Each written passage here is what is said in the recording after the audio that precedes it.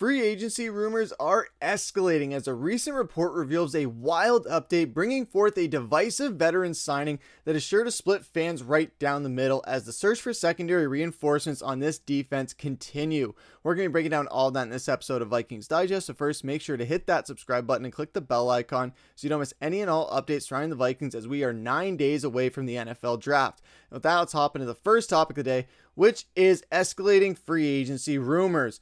So, we all know Minnesota currently holds just 4 total selections in the 2025 NFL Draft, and if it's unable to land a plug-and-play quarterback, Mark Stolte of Pro Football Network predicts the team will look to solidify that position by dipping back into the free agency pool that we have invested over $300 million into this season. And with him elaborating on it further, saying that Mike Hilton makes sense as a free agent signing. The Minnesota Vikings have Byron Murphy Jr. and Isaiah Rodgers to play on the outside at corner, but lack the players for the slot position. While Murphy is more than capable of playing both, I would prefer to keep him on the outside and slot Hilton on the inside. This is because there aren't many outside corners worth taking in free agency. And while that is true, it does present a bit of a concerning opportunity here, or a concerning situation for the Vikings. And while Hilton has been a reliable member of the Bengals defense over the past 4 seasons and posted another strong showing in 2024 by giving up completions on 67.2% of passes thrown his way, posting a pass rating against a 92.0, Hilton was also an elite run defender as he finished with the best Pro Football Focus run defense grade in the league. A slot cornerback Hilton would be able to fit in Minnesota. He can roam in the middle, which would allow Murphy and Rodgers to play on the boundary. He'd also offer a proven veteran commodity who can make the immediate impact Minnesota needs ahead of a season which the franchise has Super Bowl aspirations. Obviously, this is something where right on paper there, last season, Hilton had a really solid year. He is 31, but he's not necessarily playing like a 31-year-old. And with Byron Murphy, Flores deployed Murphy like a chess piece last season, and the result was a career year with 6 interceptions and ultimately a new 3-year contract with Minnesota. He's not a true lockdown boundary corner, and using him as such in 2025 could kill all the momentum from what was a Pro Bowl 2024 season. Murphy played about 30% of his snaps in the slot last season, and that figures to continue. The Vikings could also deploy unheralded defensive back Josh Metellus in the slot, so adding Hilton on what Spot Track projects to be around $12.3 million per year doesn't make a ton of sense. There's another number that we're going to hop into in a second here, but that would probably be after bonuses and all that, which doesn't make a ton of sense. Minnesota targeted Isaiah Rodgers in free agency to play on the outside, and the team could look to add more depth. For ex-Vikings, Shaq Griffin and Stephon Gilmore could be options on cheap short-term deals if this problem isn't solved in the draft next week.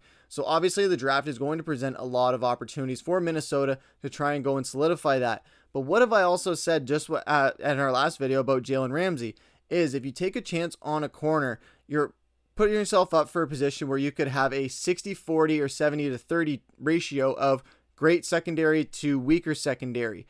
But if you go out and get a guy like Jalen Ramsey, or in this case, Mike Hilton, you have your chances of improving that ratio from 60-40 or 70-30 to 80-20 or 90-10, where guys can really step up if a veteran presence is there, rather than having a bunch of young guys and only a few veterans like Byron Murphy, Harrison Smith, and Josh Metellus. If you have a lot of young guys, Isaiah Rodgers also, he is a Super Bowl champion, but if you have young guys as well, like Theo Jackson and all these other guys, Mekhi Blackman as well, and you go out and draft a guy, that's going to present a lot of imbalance, I guess, in the sense of you want to have a lot more older guys. Not necessarily old as in we're heading to the retirement home here. Mike Hilton still has a few more years left in him. However, with that, you don't want to bring in a bunch of young guys where they're having to learn and not have too much veteran leadership to have them guiding them the way. And Spot Track weighed with a 3-year, $37 million contract projection for Hilton if he gets an extension instead of a 1-year deal, but there's very little chance he ends up getting that much with it being so late in free agency. At this late stage in free agency, Hilton will likely garner a 1-year contract paying around $8 million annually at most. Vikings are still in a good spot financially, with the team owing $17.2 million in cap space. That puts Hilton in play for Minnesota, and signing the veteran could definitely be on the Vikings radar, and I think that definitely makes it a bit easier to do rather than the $12 million they're projecting. But again, it could be after signing bonuses and taxes and all those things in between. So yeah, $8 million as just a base value right there. Not too bad if you bring him on a 1-year deal, because with him being 31, yes, I said he still has a few years left in the tank, just like Jalen Ramsey does. I think Ramsey has a few more years despite all the injuries that he's had piled up.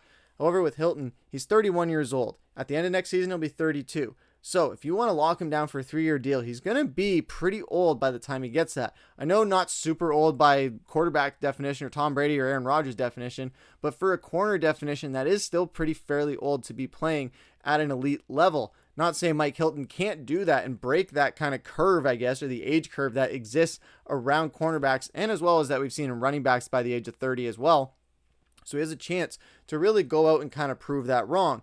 Now, if you go out and give him a $37 million deal over 3 years, that is a lot to be paying for an older corner. But if he's able to bring that veteran presence, I don't have a problem with that. However, we have seen him in the past where there's been a few issues here and there. He hasn't played fully elite throughout those years, and everyone's going to have down years. When you look at his stats as well, still pretty solid. He didn't have as many interceptions as he had earlier in his career the last year he was in Pittsburgh, but he still was a key contributor on that Bengals defense and was still really solid in the run game. And that's where I really like them utilizing here. We talk about Byron Murphy being utilized in the slot. And while I do like Byron Murphy cycling in and out of there, I think that gives teams a lot to game plan for where, okay, we have to account for him playing in the slot and not just playing on the outside. And on the times where he is playing on the outside, if you put Mike Hilton on the slot, that makes it a bit bolstered down as far as not only on inside passes, but also on runs, which among quarterbacks, he was the best at run defense at his position on Pro Football Focus. So if you add that with Minnesota's already insane pass and run defense, you will be able to bolster it down and make sure that you don't have running backs like Jahmyr Gibbs or not necessarily David Montgomery, he's not as fast, but Kyren Williams, he torched the hell out of us last season. So Jahmyr Gibbs, Kyren Williams, and Devon Achane, some other fast running backs that are really going to be tough to stop if they get beyond the edge. But if you have a slot corner who is able to do that, get past the run block and get to the running back really quickly, I think that goes a long way towards taking a lot of pressure off of our outside linebackers rushing and our defensive tackles trying to get home. I know that's their job. However, if you can have that brought in there, especially with this Brian Flores blitz heavy defense, I don't think we're going to see as much of the blitz next season as much as we did this past season. However, he's still going to throw that in there on third downs or even on early downs to try and set them back right off the hop on a drive. So if he's able to send Mike Hilton on a blitz like that from the slot, and you still have Byron Murphy able to kind of shadow both the outside and the inside, just enough time for Hilton to get home to the quarterback, I think that'll go a long way for this defense. And rather than having to entrust a spot like that with a rookie defender or a younger defender. Yes, Josh Metellus can cycle in and out of there, but he's primarily a safety. You don't want to have to overuse him in that sense. So you still want to make sure that you can have him and Harrison Smith playing as the back two safeties while your DBs up front take care of business. So as you're having to do that and keep cycling them in and out, does that open the door for them going to get a safety in the draft like Malachi Starks? Absolutely. However, I don't like the idea of necessarily overusing or switching Josh Metellus in and out of corner and safety, where yes, like Byron Murphy, it'll give teams a lot to game plan for. However, it'll give him a lot more to manage on his plate. Not saying he can't handle it, but over the course of the season, that will start to wear down. You want to make sure that you have the proper depth pieces so that when you do have to switch it up and you're not as reliant on one way of doing things, you have the proper position or the proper player to fill in that gap. Not saying that Theo Jackson, Mekhi Blackman can't fill that in, but when we have Byron Murphy and Isaiah Rodgers on the outside, if we can't get Jalen Ramsey, I do think despite the age that Mike Hilton does make a lot of sense. I just don't know if they're going to be willing to pay him what Spot Track is projecting. Minnesota has the space to pay him, don't get me wrong, and that space is going to be dead by the end of the year anyway, so might as well use it up. However, there is still a lot of possibilities that Minnesota's looking at. As much as we don't want to accept the fact, they're still kicking the can on Aaron Rodgers, it would seem to an extent. We know that they're out on Aaron Rodgers for now. However, we don't know that that's not going to change by the time that training camp rolls around or by the time that we get to August or things like that. So a lot of things could change where Minnesota wants to have that extra money just stashed away, wants to have that extra money just sitting there in the case of whether it's Aaron Rodgers, whether it's Drew Lock, whether it's Jalen Ramsey, or whether it's Mike Hilton. There still is a lot of options for Minnesota, despite all the free agency moves that they've made to kick off free agency. No team has been more active than Minnesota. We went and spent a lot of money on free agents, and we spent a lot of money on a lot of free agents. It wasn't like we just went out and just hoarded that cash into just 3 players. We went out and tried to get as many players as we could with the money that we have. Big reason why we were able to do that, not keeping Sam Darnold. Much as it sucked letting Cam Byram go, we were able to bring in a lot of other pieces on defense to make sure we were able to bolster that down, make sure JJ McCarthy has a protective offensive line, make sure our pass rush doesn't have to rely on so many blitz packages, and we were able to go out and bolster down the secondary, but we still have a little bit more to go.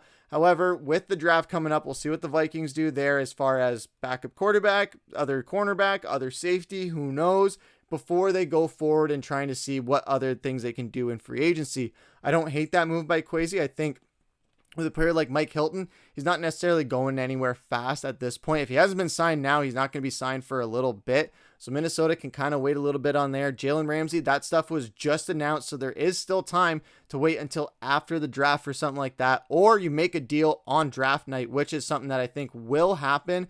If a team is going to make a move for Ramsey, that'll definitely be on draft night. Aaron Rodgers, you know that he's going to sign with Pittsburgh or retire or wait to come to Minnesota. So if he doesn't go to Pittsburgh, at least you know he's just not going to do that. So there is a few things for Minnesota here where, yeah, as much as we want to see them go out and just bolster down that secondary so we don't have any anxiety heading into training camp or the rest of this offseason, I do understand and trust the process of Kwesi wanting to wait until after the draft because he knows that these free agents that they could go out and get or trade for Jalen Ramsey, that's a draft night trade you make. Aaron Rodgers, he either signs with Pittsburgh, retires, or comes to us. So there's not really a ton of leeway there, but there's not a lot of urgency there as well. Then you have Mike Hilton as well, where he is older. A lot of teams are kind of worried about that. Might be a bit more expensive the teams are willing to pay for. And if he hasn't been snatched up already with free agency already fully underway, he's not going to get snatched up anytime soon, or at least before the draft, or maybe a little bit after the draft, or on draft night.